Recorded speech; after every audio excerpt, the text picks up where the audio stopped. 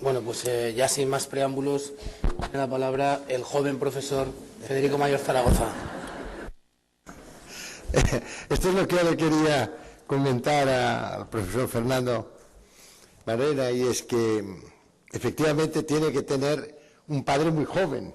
Y por tanto, después también decirle que veo que ha notado algo que sí que me interesa destacar, y es que efectivamente me ha gustado mucho que al final me han dicho, mira, estos son todos los comentarios que habían hecho los que habían asistido esta mañana a esta presentación de diversos aspectos de la educación, pero sobre todo a esta serie de preguntas y de respuestas.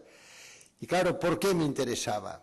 Me interesaba porque yo no me puedo sustraer a que yo en realidad lo que soy es un científico, una persona que se ha pasado toda la vida investigando, además en neurociencias, y por tanto, ¿qué es lo que me interesa? Me interesan los resultados.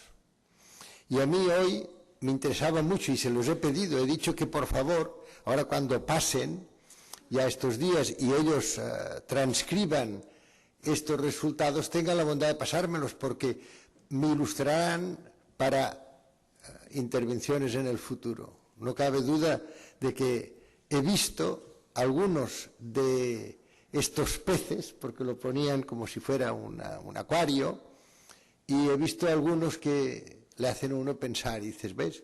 Esto forma parte de este sentimiento juvenil de solidaridad, de desprendimiento, de generosidad. Me ha gustado mucho, y por eso quería destacar este comentario que ha hecho, que le agradezco muchísimo que la haya tenido en cuenta. Pero ahora tengo que empezar formalmente y, en primer lugar, pues saludar al ilustrísimo señor decano de la facultad. Por cierto, Facultad de Filosofía y Ciencias de la Educación. Y decirles que a mí me entusiasma, porque ustedes saben que la ambición secreta de todo científico es la filosofía, porque lo que más nos interesa es llegar a comprender aquello que estamos viendo, que estamos experimentando. Y hay casi siempre un divorcio muy grande entre lo que se llaman ciencias experimentales y las ciencias relativas al pensamiento. Y no debería ser así, porque finalmente, y esto yo lo repito y lo repito porque me impresionó mucho, cuando un día yo estaba trabajando en el laboratorio de bioquímica del profesor Krebs en Oxford, y era un viernes ya un poco tarde, y entonces él vio, se había olvidado algo en su despacho, fue y vio que estaba la luz de mi laboratorio encendida, y se acercó y me dijo, ¿qué hace usted aquí? Un viernes a esta hora tan tardía. Y yo le dije, es que yo no tengo estos aparatos en Granada, no tengo estas instalaciones, y claro, lo que estoy sacando, pues haciendo todos los experimentos que puedo. Y me dijo, a partir de ahora, los viernes tampoco trabajará usted. Viernes, sábado y domingo para pensar. Y me dijo, investigar es ver lo que otros también pueden ver y pensar lo que nadie ha pensado. Pensar lo que nadie ha pensado. Esto es lo que tenemos que hacer si queremos ayudar a descubrir, es decir, a desvelar los velos que recubren la realidad. Para eso lo que tenemos que hacer es ser capaces de pensar lo que nadie ha pensado. Porque fíjense ustedes la cantidad de gente que había visto antes que Fleming aquellos cultivos, y veían que cuando se contaminaban, alrededor de la contaminación desaparecía la bacteria que se había cultivado. Miren ustedes si ha pasado por centenares de personas, y hubo una persona que pensó lo que nadie había pensado. Se lo quería decir porque yo doy una importancia decisiva a la filosofía.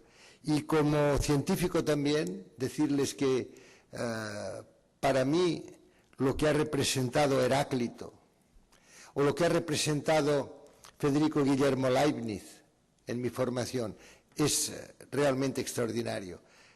Qué bien que aquí tengan ustedes la filosofía unida a las ciencias de la educación, que es esta ciencia que nos enseña a aquella capacidad distintiva, aquella facultad exclusiva de la especie humana, que es la capacidad de pensar.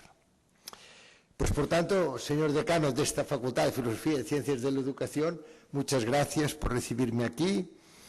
Quiero también felicitar a Javier Pons, que ha tenido la amabilidad hoy de estar varias horas conmigo, de irme a recibir y que junto con Francisco Calatayud representan realmente las personas que me han persuadido, y qué bien que lo hayan hecho, de que hoy estuviera yo aquí en Valencia para poder, de un lado, contarles cosas de las que he vivido, pero de otras, no lo saben ustedes bien hasta qué punto, aprender de todos ustedes. Y también a José María Muñoz, director del CEFIRE, muchas gracias también por su asistencia. A todos los presentes, decirles que me complace muchísimo el poder hoy estar aquí para hablarles de retos, no todos, pero algunos retos fundamentales de la educación en el siglo XXI, para, al final, decirles hasta qué punto sería importante que el cumplimiento cabal de estos desafíos, de estos retos, nos pudiera llevar a la gran transición. Y la